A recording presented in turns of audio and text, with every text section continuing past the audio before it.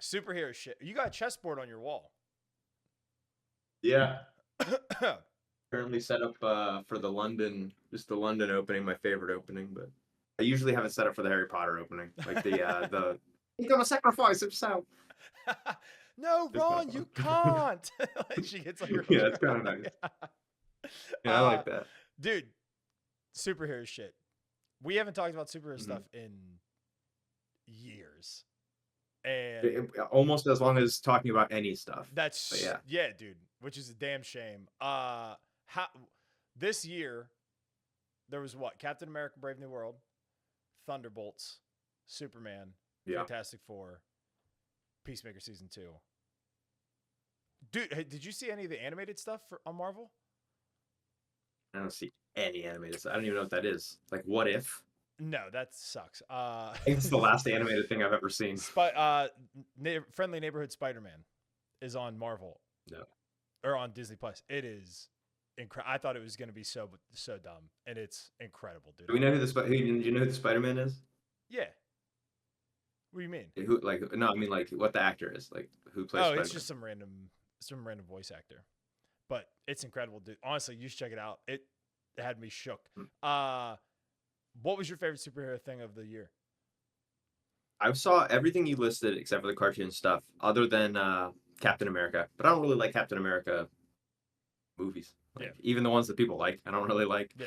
But uh, I saw all of that. I loved everything that DCU is doing now. I think Superman was awesome. I saw it twice in theaters, and I almost never see movies twice. Yeah. And Peacemaker was awesome too. Like 2 episodes deep into Peacemaker, and I thought they were both kind of awesome. Yeah. Yeah, I'm a huge Marvel fan, always have been. Never really cared about DC at all.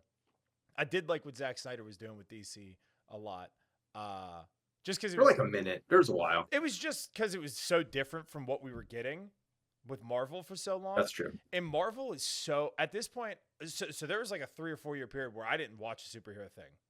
I went cold turkey, dude. I didn't watch there. There was like a Black Panther 2 period where Never saw it. there was some rough stuff. Yeah, never Yeah. saw it. Captain Marvel, get out of here. I'm never watching that. I saw Doctor Strange Multiverse of Madness only for the Yeah. fact that Sam Raimi did it, and I like Sam Raimi a lot.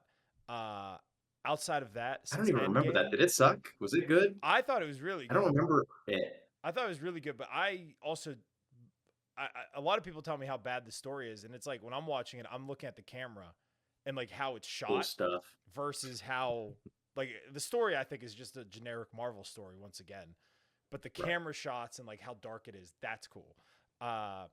But I've been a Marvel guy forever, and then I hate, dude. I don't know. So on TikTok, I've been making a ton of videos, and I talked so much shit on James Gunn this entire year. Right. I hate James Gunn. I hate everything James Gunn's done since Guardians 1. I think that You love Guardians. dude, Guardians 1 I think is the only good movie that he's ever made. I like Guardians 3 a lot, but I don't think it's like I think it's so different from what he usually does that it almost isn't, it just doesn't feel like a James Gunn film because it's so like heartfelt and sad versus like his dumb comedy with like 80s tunes, you know? So going into all of this DCU stuff, I did not like Suicide Squad that he did. I didn't like either of the Suicide Squads. No, that's true. That yeah, I've kind of forgot about those. Yeah, so I didn't like either of those movies, but obviously the one that he did, I did not care about at all. Also came out during COVID, and I watched it at home, and I was probably hammered at the time because during COVID, dude, I was shit faced every day because I got furloughed, dude. The government was paying my wages. Anyway, dude, Skype disappeared during COVID. Yeah, dude, we lost Skype. But I pour one out for Skype. And I completely skipped out on Peacemaker. Didn't watch a single episode of it. I go to the theater to watch Superman. I made the bold prediction that in the month of July, the best movie was going to be Jurassic World, Fantastic Four, Superman. Ended up, dude, Superman's one of the best movies I've ever seen. Dude, it's Superman's way better than those other ones. I mean, Fantastic Four is okay. We'll talk about it, but Superman was like makes me feel good to think about. I talked an incredible amount on James Gunn, and Superman, and every trailer that came out looked awful. Every single trailer looked so bad. The editing was terrible in them. The like voiceovers, they took weird scenes way out of context. All of it was bad. And then the cinematography in the trailers looked garbage. It looked like a child did it. And then you go see the actual movie, and dude, I apologized to Ashley before going to the theater. I was like, this could be the worst night we've ever had. Like, I was like, this could be a terrible 2.5 hours. My bad. We get there, we get out, and she's like, how'd you feel about it? I was like, son of a bitch, I fucking liked it. I was so angry that I liked it because then I had to go on the internet and be like, it's such a good movie. I'm an idiot. Like, I'm the problem. I loved it, dude. I had the exact same internal struggle, but just for my like dislike, my Captain America like dislike of Superman. Yeah. Just because they're similar vibes. Right. And I think Superman. I still don't like Superman as a superhero. No, I think he's a little too easy. Yeah. But the movie was great, man. And the actor, Superman, Corn Sweat, whatever. Yeah, dude, David Corn Sweat's the fucking man. I like him. Dude, he's great. Put him in everything. I think I might want to take him out on a date. Yeah, dude, him and that Glenn Powell, dude, get them in movies all over the place, dude. I love those guys. But no, I genuinely the opening like 10 minutes, how that's everything that's in the trailers. I was like, oh, what the hell am I watching then? Because I thought I had it all figured out. I was like, this is gonna happen. It's gonna lead to this. He's gonna like need his regen at the whatever. And I was like, watching the first 10 minutes, like, I think I've fucking got this all wrong. And then by the point where I was like, I'm into this is when he's doing that argument with Lois that's in the trailer, and it's really bad in the trailer. Yeah. And he sounds like a big baby. And then in the movie, it's like the first 20 minutes, you're like, oh, she's trying to punk his ass down. And she's doing that thing that wives do where they talk over you and shit, and they try and make you feel inferior. So he's getting mad because he's just a guy. He doesn't understand how to deal with his emotions like every man ever, dude. There's times where I'll be doing something. I'm like, oh, fuck, I can't figure it out. I'm just getting mad. I just get mad. And then the Mr. Terrific stuff. Oh, yeah. After those two things, I was like, fuck, dude. And then the ending where he's like, they play that song, I'm a punk rocker, yes I am, or whatever. And then I immediately went out and saved that. Yeah, dude, immediately went on iTunes and purchased it. And then the fact that it was like his actual family that raised him, instead of. Oh man, they were like, "Yo, you want to play the clip?" And he's like, "Yeah, roll it." That was sick, dude. I loved it. And then, dude, Supergirl is gonna be incredible. She was. Yeah, it's gonna be. I hope it's fun. That was the best 20-second cameo I've ever seen from a superhero movie. She calls him a bitch. Cool. That's great, dude. I love that. But yeah. What about his dog? Dude, like in every trailer, I was like, this is gonna be dumb. This is gonna be so dumb. It's just Rocket Raccoon times like, or dog form times 2. And then and then in the movie, I was like, the part that I remember actually that I was like, I love this movie is in the background, there's that big floating orb thing, and he's like, they can take care of it. The Justice Gang can take care of it. And then she's like, you're going to go out of your way to save a dog? And he's like, yeah, because he's alone and he's scared and I'm all he's got. I almost fucking cried, and I was like, do I like this movie, dude? I was like so emotionally invested in it at that time that dude. But yeah, Crypto is great. I absolutely love Crypto. What about you? I felt like you would like Crypto. No, I was surprised by him too. I kind of forgot that like James Gunn is the Rocket Raccoon guy. Yeah. But I don't know, man. I thought Crypto was done really well. And did you see like behind the scenes stuff where Crypto looks like his dog? He has a dog that looks like a weird thing. That's kind of cool for him. I like it's cool for him to be like, here's a little Easter egg for myself later. Well, and I like the fact that so we haven't talked in a while, dude, but I've been on this trip where I believe in things that have heart. I've been using the word heart a lot in the things that I invest in or the things that I care about, because there's so much shit out there nowadays that doesn't have heart in it. Every Marvel movie, no heart. There's no heart. Every Marvel movie is just a copy and paste. Nobody has their heart in it. It's just a director's like, this is a good payday for me. Actors like, this is a payday. James Gunn is putting everything that he has into everything he's got, and everything that he's doing is just so much. It's so heartfelt. And the fact that his dog is Crypto, the fact that he uses the same makeup designer for every movie because he's too scared to fire because he loves her so much and he doesn't want to let her down. The fact that like he's going out of his way to take all of his favorite parts of stuff and put it into this movie, whereas Marvel's just copy and pasting the same stories over and over and over. James Gunn has completely 180'd my outlook on him. I think that he's one of the, we got to keep him, dude.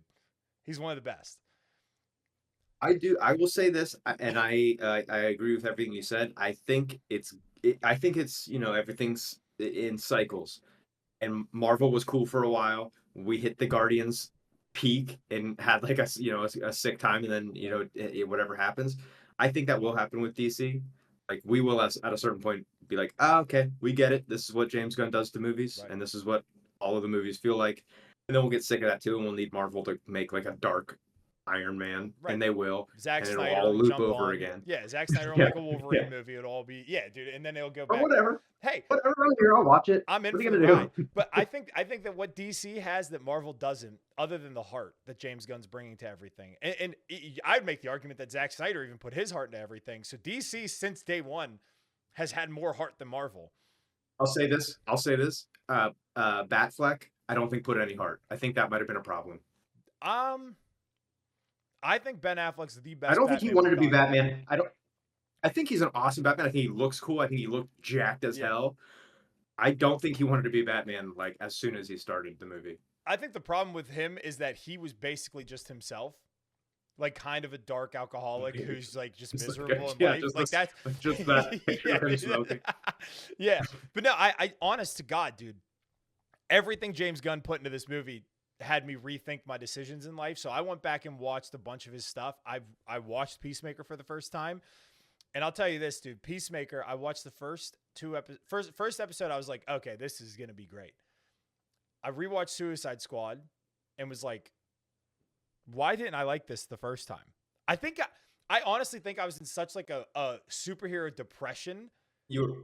That it just didn't. And we had just seen shitty version of this exact movie. Right. Like the exact movie with some of the same cast. Yeah, so I think I just didn't care about it. So after watching Suicide Squad, Peacemaker episode 1, I watched the next 3 episodes of Peacemaker, and I was like, oh, this is bad. I don't like this at all. I didn't think Vigilante was funny. I didn't think any of the story really connected with me. I didn't care about it at all. And then I watched the next 5 episodes, and I remember, dude, I ended that episode. The next day, I was going to make a video. Ashley asks me, what are you going to do after I go to bed tonight? I was like, I'm going to watch Peacemaker. I was like, oh, wait, no, I finished it. And I was like, sad. I was so sad that I finished it. And then I was like, do I fucking like this show, dude? And then going back and thinking about it, I love it.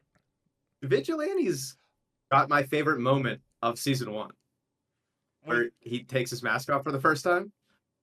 Oh, yeah, he's tied in the basement, and he just like makes, and they're like, "What are you doing?" He's like, "No one will recognize my face." It makes no sense. It's too absurd. So I think that part of my problem with Vigilante at first was that his comedy is so over the top that it resembles how I think my comedy is. Like it's like how I think people see me is like this loud, brash, over the top psycho who's like laughs at everything. And I see that in Vigilante, and I think that's why I didn't like him at first. But the moment he won me over, the moment he won me over is Economos is crawling on the ground through the car, and he gets into the woods, and he like looks up, and Vigilante is sitting there pissing, and he's like, why is your ass out? And he's like, I don't like things touching my butt while I pee. And dude, I paused it to laugh as hard as possible. It was that's the moment he won me over as a character. And then Eagly, again, another animal thing. That was great. Yeah, I love that. True. I forgot about that. That's an animal too. He's big on animated animals. Well, I again, after watching all this shit, I watched a bunch of interviews that he did, and he talks like so highly of animals, how he loves them almost more than he loves people. And I was like, that's a precious thing, because as a kid, he didn't have anybody really. It seems, I would imagine, he alludes to it a little bit, and like he was like had all these pets. So that's what and I appreciate that. I think that's heartfelt as fuck. He's like, It's heart. It's got heart. I'm going to put all of these animals in here because that's what I connect with most. And there's going to be other people out there that do the same. And I do love the fact that he just horseshoes in like as many tits as he possibly can into Peacemaker. Like as many tits as possible. Oh, He yeah. doesn't even care. And it's No, like, it's weird that Peacemaker, and I think that might just be separation from Disney, but like Peacemaker existing in the same universe as Superman is kind of wild because Peacemaker's kind of wild. yeah. And Superman's pretty mild. Well, if you think about, again, this is a thing that DC has and James Gunn brings to the table that Marvel's too pussy to ever do. And that's in the real world, there's people like Superman, like Captain America, heroes that go out there, put their lives on the line shit. And then there's just absolute dirtbags who think that they're doing good and they think they're doing the right thing, but they're actually just having fucking gay orgies in their house and doing a bunch of coke off of strippers and then going out and killing people. Like, but they think they're doing the right thing. So the fact that James Gunn's making this, too. yeah, dude, he's making it so real world. It's crazy that it's kind of a reflection of like actual world into comic book world versus like Marvel, which is everybody's a super strong person. Everybody's great. The bad guy always loses. Like, but in this, like Peacemaker is a bad guy, dude. He's not good dude. Yeah, he's not. No, I think well, even in Suicide Squad, they're not heroes. Like, no. They're at his best, he's a captured criminal. Yeah, he's a bad criminal, is what he is. But no, I do like him, and I do like the show. I do. That first season, like I said, I wasn't super on board with the whole alien invasion thing. Was very reminiscent of the Suicide Squad movie, just like little stars taking over people's brains, butterflies, whatever. And I can understand. I don't want to say the laziness in writing as far as like a MacGuffin goes, because it was such a quick turnaround from that. But I do appreciate that he did so much more with just butterflies than he probably should have. It could have been an easy throwaway thing and just a big comedy, but he did. The writing was a little lazy, but I still appreciate it. Now, season 2 is, dude, those first 2 episodes are incredible. I think season 2 I think season 1 is like a tryout. Like, you know, we have to make a movie. We have a deal with HBO, like put out a show. I think season 2 now has the backing of DCU. Like, we're giving you the keys. Like, you gotta do good shit for us. So I think it has more heart. I think season 2 is gonna have more heart. Dude, it already does. It already feels like Peacemaker's an actual, because in the first season, everybody felt like a caricature of another character. It didn't feel like they were their own characters. Yeah. Now in season 2, they're like, it's significantly different from that, and they feel like actual solidified characters in their own right. And I do appreciate it. And what's the girl's name? Addie, the main black girl that's like friends with him. I think it's Addie. I believe it, but that might be wrong.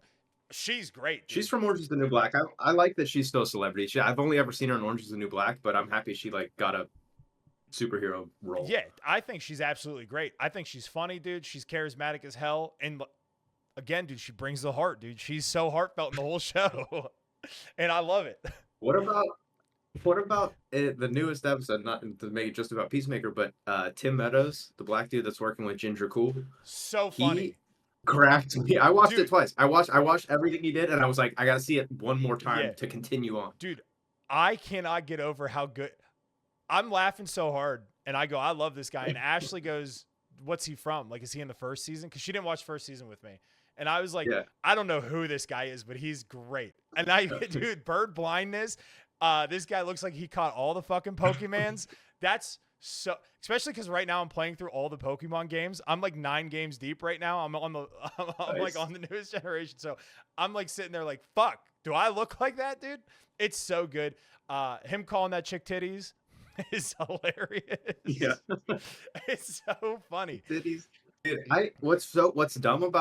what's great about that and what is dumb is he was like, oh, I have bird blindness. Like, that was the whole one thing. And I was like, okay, this will come up again because, like, there's a bird in this show. I completely forgot about it. He gets into this huge fight and he calls, like, back up. He's like, there's a bird here. I don't know how big it is. That's funny. It's funny. Dude. And then when he wakes up from getting knocked out and he goes, that fucking duck attacked me. Dude. I hope he's in the show. Like, he's good. I can't get over, like this is just, James Gunn is a keeper, dude. You're right. He is such a keeper. Right. And like everything that he's doing is so good. And the fact that like for Guardians 3, he had everybody, all these people signed a petition, including the cast, to like get him back. Like people love him. Yeah, that makes me think he's a good dude. I want to watch his stuff. And everything he does, now that I think I understand, not that I understand it, but I'm less miserable. So I'm all about comedy again. Just seeing his comedy is so funny because it's so witty sometimes. Sometimes it's over the top. Like Vigilante's very over the top, but it works. Sure. And like sometimes John Cena's acting isn't like super on point or anything, but it works so well with Peacemaker because he's not a perfect human. It's dude, I love it. I think that's what I was gonna say. Do you remember my like fan casting was always John Cena to play Shazam just because he looks like an action like G.I. Joe gigantic dude. I think he's Peacemaker. I think Peacemaker was the right choice. He is for sure Peacemaker. I think, didn't you say Booster Gold at some point too for John Cena? That would also be funny. Yeah, but no, dude, I think John Cena is perfect in the role. And I'm seeing everybody talk about him versus the other WWE stars that came out like Batista and stuff. And I don't understand that whole argument in comparison. Like WWE's fake wrestling, acting's a completely different thing. And there's only like a couple of big dudes. But I think John Cena coming from the WWE and still doing that while making the show and seeing like some of his red carpet stuff, how genuine he is as a person and how James Gunn like had to show him what it is like to do like coke and to do like to smoke weed. He like didn't know what it was like to be that way because he's never done it. Oh, I didn't even know about that. That's cool. There was people on set that had to show him how to act high because he was like, I've never done that. I've never even been around that because he's such a good dude. My body's a temple. Yeah, exactly. Dude, that's good. No, well, I've seen that with John Cena, The Rock, and Bautista. I'm sure there's other like WWE guys that I'm just not thinking of, but those are like the big three to me. Yeah. The Rock's on the lowest scale of that. Yeah, he's just same guy movies every time. For me. Like I don't. Yeah, he's The Rock in all of them, which is cool. But I like Bautista, man. He did M. Night Shyamalan movie. He did probably some other movies. Oh, he did Dune. He's freaking in Dune. He's in Dune, dude. I do like Bautista a lot. He's in. I don't know if you saw Naked Gun that released in theaters. I did. All right, sidebar, dude. I saw that movie last week, and I never saw Naked Gun before in my life. I wanted to see it just because I saw an interview with the director talking about how he wants comedies to be comedies again, and he hates all this new fashion comedy shit. He's like, so please get out to the theater and see it. So me and my wife go to see this movie, dude. Again, I was like, if this sucks, I apologize, but we got to go support the comedy scene. Dude, the scene with Liam Neeson doing the chili hot dog, I almost shit my pants crying and laughing. I was literally holding my stomach. The chili hot dog. Dude, it's the scene with Busta Rhymes. They're in like they're.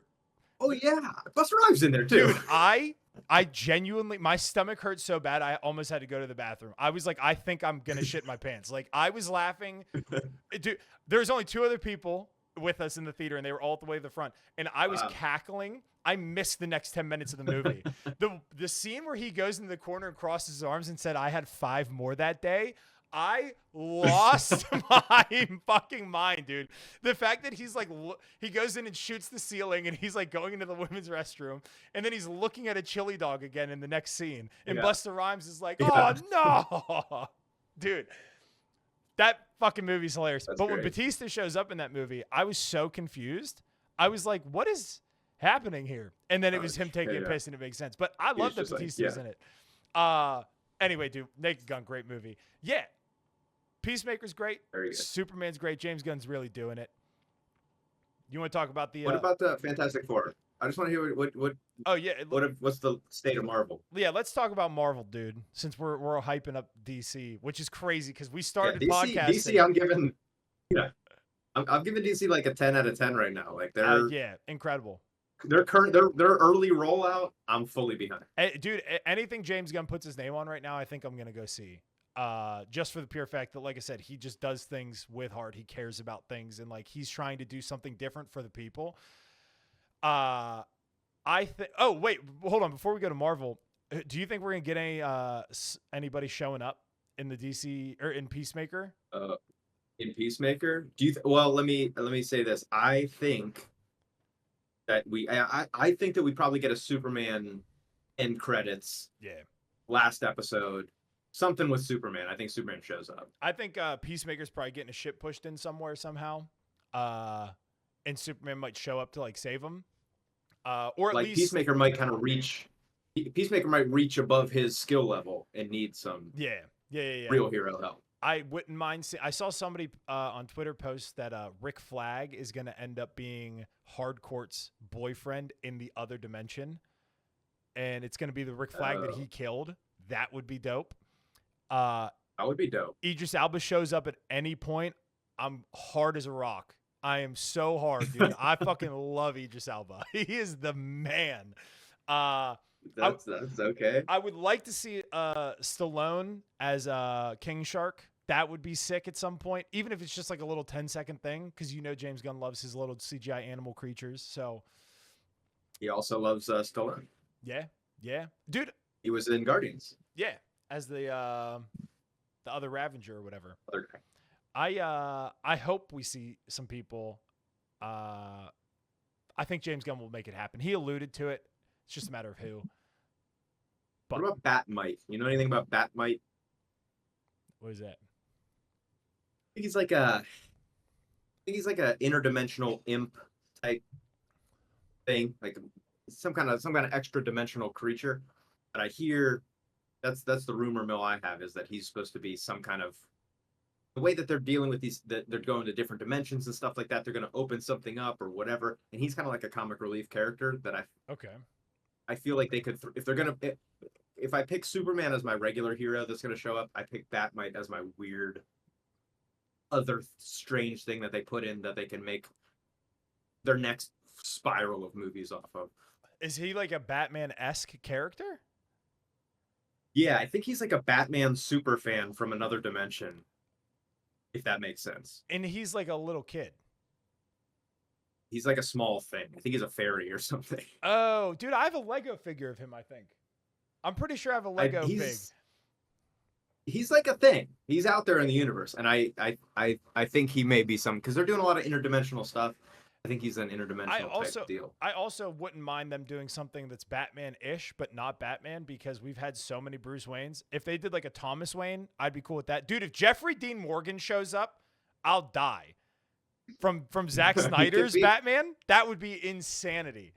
I wonder if that's anything to do with the other dimension. Like, do we get a Snyderverse other dimension? Could you imagine the meltdown all the Snyder fans on Twitter would have? Because they hate James Gunn, dude. It would be incredible. Or if just Zack Snyder walks out of a door, and like that would be incredible. Anyway, dude, James Gunn's great. Okay. Let's talk about Marvel. Oh yeah. Brave New World. I'm a big Captain America fan. I like him a lot. I like the trilogy Chris Evans gave us. I like Anthony Mackie a lot. He's great in Twisted Metal as well. I don't know if you've seen that, but he's great. I've only ever seen the picture, but he's like the main guy. Dude, Twisted Metal is incredible. You should watch it. I just finished second season. I loved Brave New World. I thought it was great. It wasn't the best movie ever. It was, if I'm being generous, it's probably like a 7 out of 10. Anthony Mackie was great though. And I'm a big, I like planes and shit from World War II and whatnot. And they had a lot of aerial combat stuff. Right. That was incredible. Harrison Ford should not have been Red Hulk. But whatever. It was still a good movie.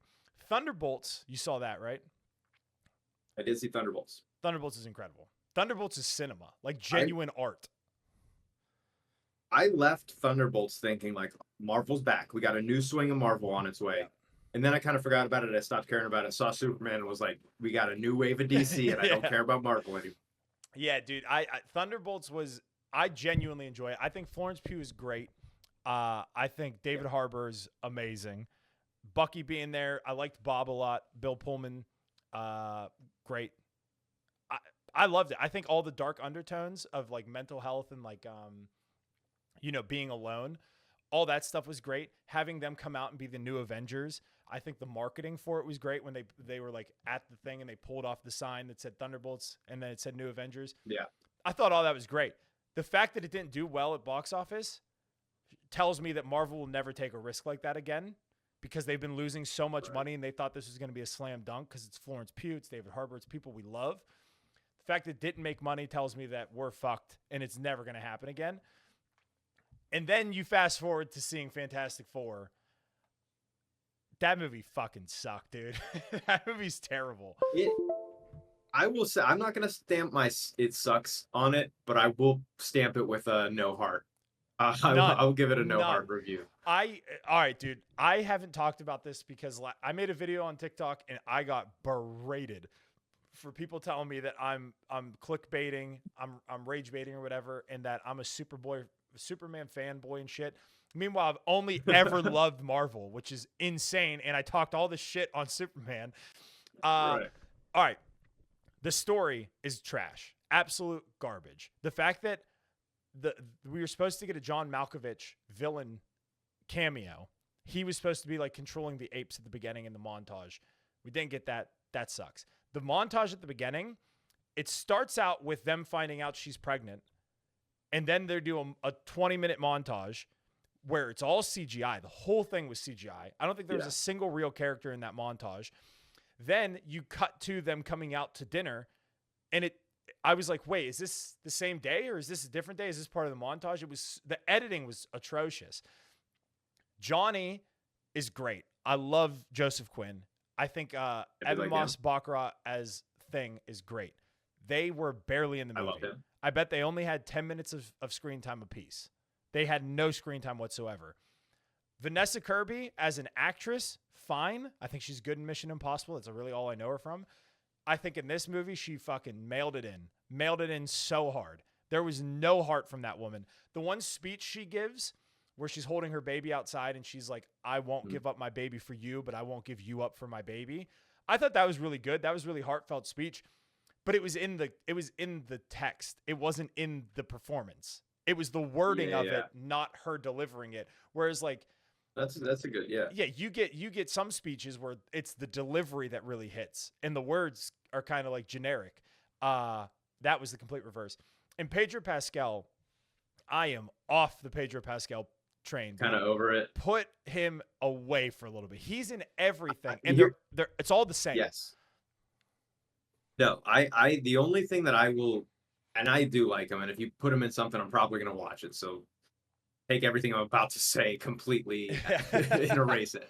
But I would love to just see him be Mandalorian with a helmet on, go off on some Western style adventures, and that'd be great because he hasn't hit for a while. Yeah, dude, he's the same in every single movie, and that's my problem. Is that he's getting to a point where he's cast in so many things that it's like he has no turnaround to work on a character or to like work on the development of himself for a script. It's just, well, I'm in 3 things this year, so I don't have the time to adjust, to grow my hair differently, to shave my fucking mustache. He looks the same in every movie too. It's another problem. He's the same. Yeah, that's why I said Mandalorian. Put the mask on him, and I guess he doesn't even need to be there. Put something else in the mask. And casting him as Mr. Fantastic at first, I thought was a great idea, and then watching it, I was like, this is dumb. He's barely doing anything. He barely talks. All of his dialogue, he's whispering. He doesn't seem genuine. The entire time he's monotoned. There's no expression on the guy's face. Whereas I hate comparing the old one to the new one, just for the simple fact that like that's a different thing. But if you look at the Mr. Fantastic before, he was a character. He laughed, he cried, he was angry, like he did stuff. Pedro Pascal's just Pedro Pascal. Also, the old Mr. Fantastic could stretch. This dude like can kind of stretch. Yeah, they didn't do. They had like 2 scenes where he stretched, and they were both dumb. Then one of them was him going like, "I can't stretch." Yeah, like, oh no, I'm gonna be torn apart because I'm not a stretch guy. I was like, I wish I had the power of stretch. Yeah. Then if you look at the ending of the movie, so there's everybody talks about how great the movie and how much action and how much heart and all this shit was in it, and there's none. The only action sequence in it was Shia LaBeouf taking them to Galactus and them leaving Galactus. And it barely was an action sequence because it was just them running away. They weren't doing anything. And then in the midst of all of it, it's just the Thing's doing all the work. Everybody else is tending to Vanessa Kirby having a baby. So it's just the Thing running away from Shia LaBeouf. Shia LaBeouf, I think, is great. Julia Gardner. I agree. Silver Surfer's a good kid. I mean, you can't miss a Silver Surfer. No, I think both the ones that we got are great. I love them both. I think Julia Gardner, I think it's Julia Gardner is her name. She's great. I loved her in it. Something like that. And then Galactus, I think that he was great. I love the comic book accuracy. But before the movie came out, everybody was talking about how it was it was going to be a very like space opera, almost horror film, and that Galactus gave off this real horror vibe. I'm watching the movie like he's not doing anything. He's just sitting down. The fuck are we talking about? And then the only other scene that he's in, he comes to Earth. By the way, they didn't fucking invite him. I don't know if you caught that. They said they were going to invite him, and then next thing you know, there's no invite. He just shows up. How did they contact him? Did they fucking telepathy him? Did they get Jean Grey to do it? Because they don't have telepathy. Like what? How did they contact Galactus to just show up? And then Shia LaBeouf just comes out of nowhere and hits Johnny Storm, which is dumb. And I don't know if anybody watched Rise of the Silver Surfer back in 2004. It's the same fucking movie. Silver Surfer sacrifices himself, saves Johnny Storm, and kills Galactus. There's only I didn't know if I was just I thought the same thing, and I was like, maybe I'm just not a Fantastic Four like comic book head enough. Does this happen in every you just have to Silver Surfer right into the freaking Galactus' butthole like every time? Yeah, dude. And then if you think about the fact that they had a plan that was bring Galactus to Earth, put him in a portal, ship him out. You just made Galactus the dumbest villain ever. He's just going to walk and step into this thing. He's fucking Galactus. What are you talking about? And then, I don't know if you noticed, it's a Fantastic Four movie. Only one of them beat Galactus, and it was Vanessa Kirby with her Wanda vision pushing him into the thing. It's so stupid. It did look like that. It was so dumb. And then, don't even get me started on the CGI, dude. Oh my God. The CGI was terrible. The whole movie. There was no reason to CGI the baby. The baby was CGI'd. Oh yeah, it was CGI the whole time. Unless they were too scared to put that baby in Pedro Pascal's actual hands because of all of his weird touching stuff, there's no need to CGI that baby, dude. The baby in his arms was so CGI, it was insane. And then people on Twitter crazy. And shit were like, I feel like I could see it floating. I feel like I could see it moving. Yeah. Like it wasn't anchored right. His arms are like still, and the baby's like over here. It's like off of his body. It was so bad. Yeah. And then people on Twitter were like, well, it's a danger to put a baby in there. It's like, I have a baby. I would have donated my baby for a day. I hand my baby to Pedro Pascal, and I'm like, be a baby. Do a baby thing. And my baby would go, I'm a baby. Galactus isn't really there. Yeah. What the fuck are we talking about? And it's just incredibly dumb. Then Vanessa Kirby comes back to life because of, Franklin's powers or whatever. And that's fine. But it's like, you didn't elaborate on anything. The whole time you're saying he doesn't have powers, and then magically he just has powers at the end to revive humans. It doesn't make any sense. Now here's the problem. We already have this movie. We have a movie in this era with these style of superheroes with a baby that doesn't have powers that gets them all at the end. And it's called Incredibles and Incredibles 2, and they're great. Yeah, so they're way better. And don't watch this, watch Incredibles 2. So much Incredibles better. 2 is this movie. Yeah, dude, it really is. And it has way more character development. It has way better dialogue. The whole thing's a cartoon, so there's no CGI. Like, it's so much better. It is what it is. I like the only thing not the only thing, but a thing I liked about Fantastic Four is just the look. Just because I like that era. I like 1950s. I like a silver toaster that looks like a rocket ship. Me too. Like, I like stuff like that. After the first 20 minutes, I'm kind of like, all right, cool. That's what that. I'm watching Incredibles 2, and where's the Silver Surfer? It would have been way better if they just cut after the montage at the first 20 minutes, and then just gave us, and they just booted up the Incredibles 2. It would have been way better. That'd be dope. I like that. But there's even Mole Man. Yeah. is in Incredibles. That's how Incredibles 1 ends and Incredibles 2 starts. Mole Man digs out the bottom of the city and the city falls down. That happened. Yeah, it's bad. The story is so unoriginal. It's almost like they were pranking us, is what it feels like. Because they just took Fantastic Four 2, Rise of the Silver Surfer, and Incredibles Right. and made a movie. And they were like, nobody will know. We'll just cut up whatever Nobody pieces will of the know. script, throw it together, it'll be fine. It's so bad. And there was a moment too where I like leaned over to Ashley. So, what's crazy is Ashley, at the beginning of the month, I was like, I'm gonna go see Jurassic World with my kid, with Yuri. I'm gonna go see Superman by myself because she didn't want to see it, and then we're gonna go see Fantastic Four together. She ended up coming to Superman and being like, I'm so glad I saw that movie. I wish I missed out on Fantastic Four. She hated it. She's the easiest woman to please when it comes to superhero movies. She's just like, oh yeah, it's action, it's whatever. She was like, there was no action, there was no comedy, there was nothing to this movie. I was like, I know. I just sat there like this for an hour and 48 minutes or whatever, because it was not 2 hours. That movie fell short. We got out 20 minutes before I thought we were going to. I was like, that movie wasn't 2 hours long. And there was a moment too where I leaned over to her and I was like, are you noticing that there's a lot of extras? And she's like, what do you mean?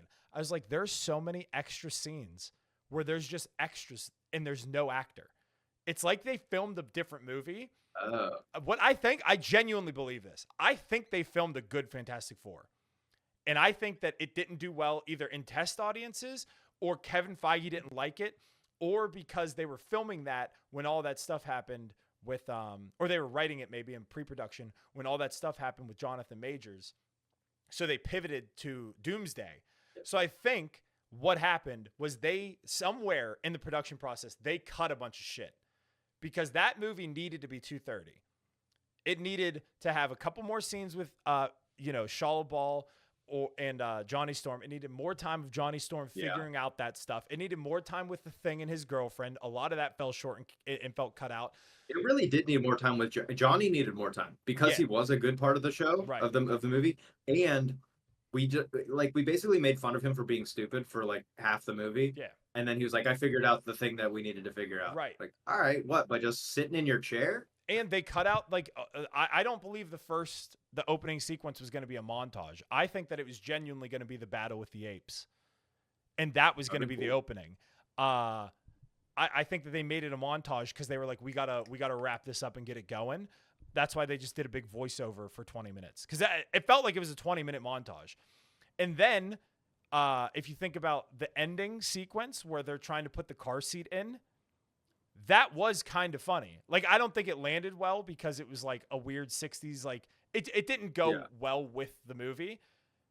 But that scene felt so out of place versus the rest of it. And then the two Galactus scenes felt so out of place. The tone was off.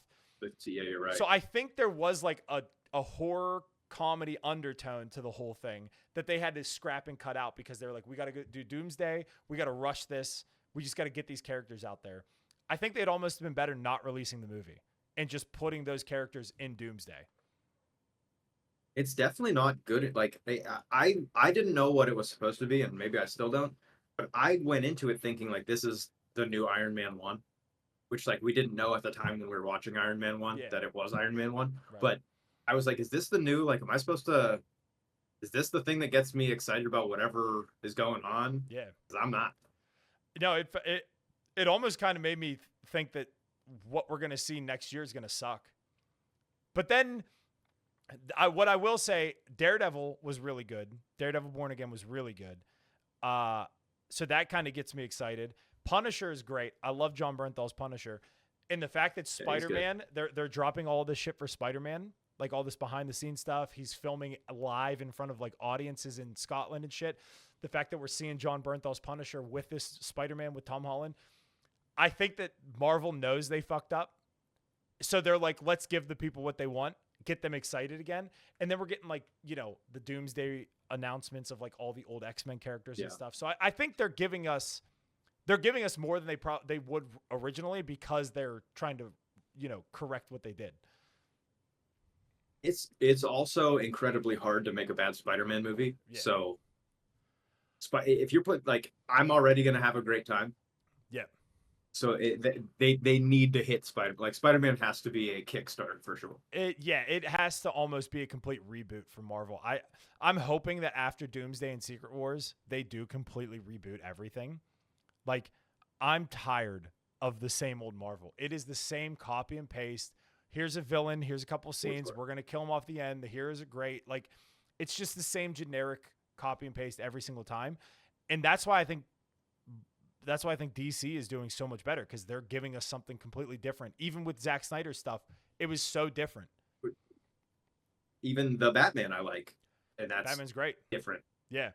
Yeah. So I didn't watch Penguin. I didn't watch the Penguin TV show, but I hear that's good. Like they're doing a lot of TV movie, and they're doing it stuff, right. Which is cool. They're doing like a one thing here, one thing there, maybe a movie a year or whatever. They're not doing, here's 3 movies in a year and 5 TV shows and 2 animated things. Like, I understand Marvel's putting out all this money, so they need to see return, but slow it down, dude. Stop putting all this money out for advertising and all this stuff. Let the content speak for itself, instead of like over promoting stuff, paying people on Twitter to argue and give positive feedback, and like getting all these positive reviewers and all. Just make a good product, and then you won't have to do any of that, and then people would love it, because that's why we all liked Endgame, because it was great. It's not because it was right. It was awesome. We all left the theater like pumped up. Yeah, everybody, dude. Marvel has probably not gotten a reaction like when Chris Evans gets the hammer. That will never get another reaction like that. The theater fucking blew up, dude. I remember seeing that opening Thursday night. I was with 6 other people, and everybody in the theater was standing up, fucking right. Like getting crazy, like it was a football game. And then, I mean, for Spider-Man, they had a little bit of that when Andrew Garfield showed up. I kind of was like, like I freaked out. That was pretty dope, actually. Dude, I turned into a little again. Girl. Spider-Man's awesome. Yeah, you like can't Spider-Man makes stuff cool. But since then, dude, they haven't had any of that. And it's a shame, dude, because Marvel was top of the world for so long, and they're falling off. Sure.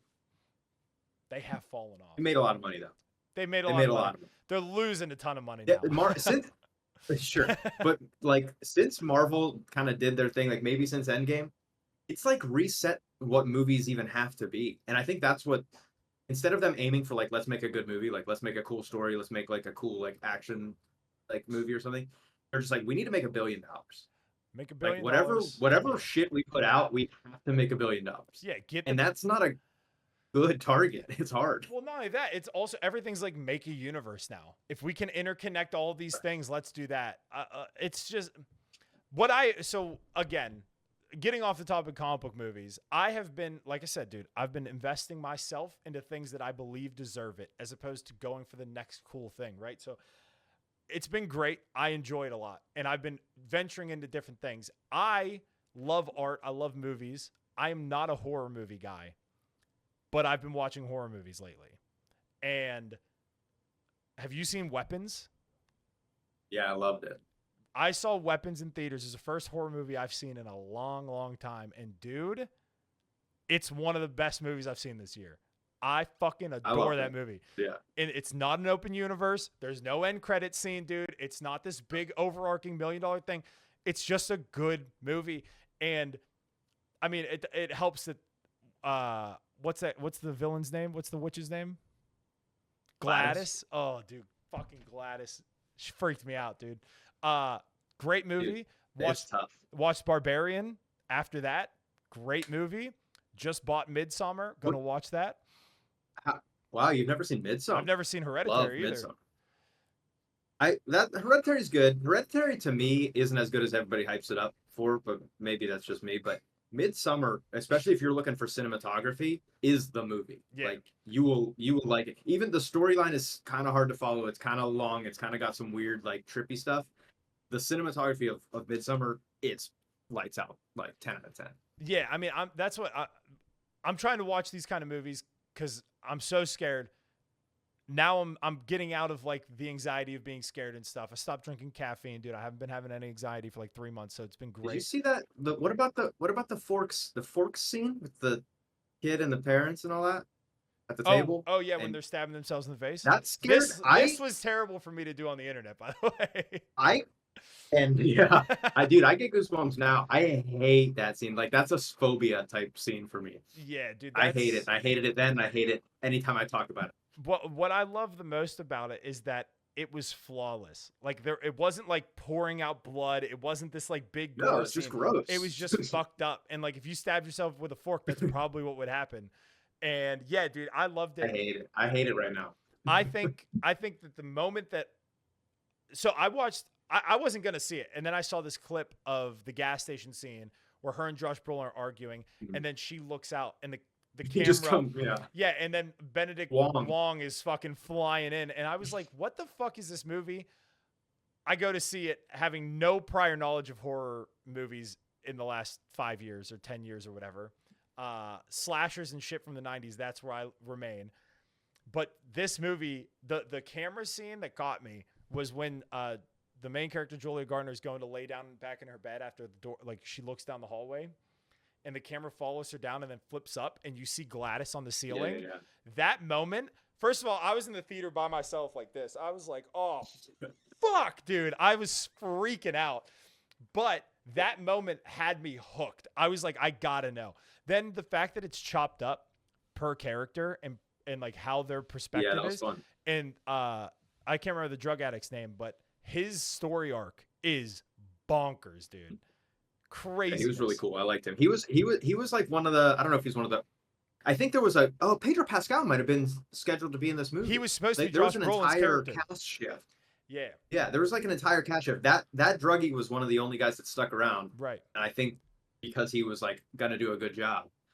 But I thought Josh Brolin crushed it, and I can't imagine Pedro Pascal. If that was Pedro Pascal, it probably wouldn't have been as good.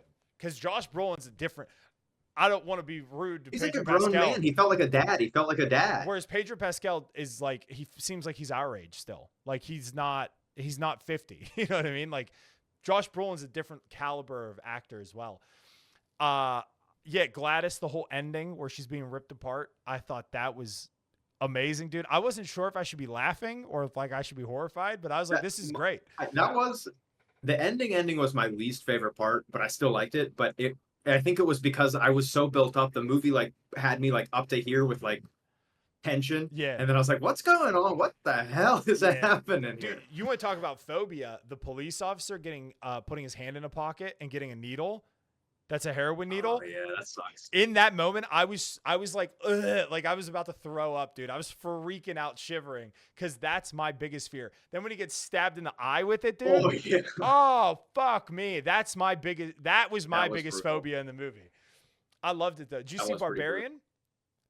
I saw Barbarian when it came out like streaming or whatever it was, but I did see it, and it was I didn't like it as much as Weapons, because I think Weapons was more of like it felt more like a movie to me. Like it was just like a beginning, middle, and end, or scenes or whatever it was. Barbarian felt more, I don't even know, but Barbarian just didn't feel like a movie to me. It felt like I was just watching some guy's fucked up day. Yeah. I get that. But it had a wild and crazy ending. Yeah, I think as far as like a low budget first time try horror movie, it wasn't really a horror movie. It was more of like a gore fest, or just like it was like a creep show almost, like Wrong Turn or something like that. And I loved it though. I'm watching it and I have no idea what to expect, because again, I missed out on all this stuff.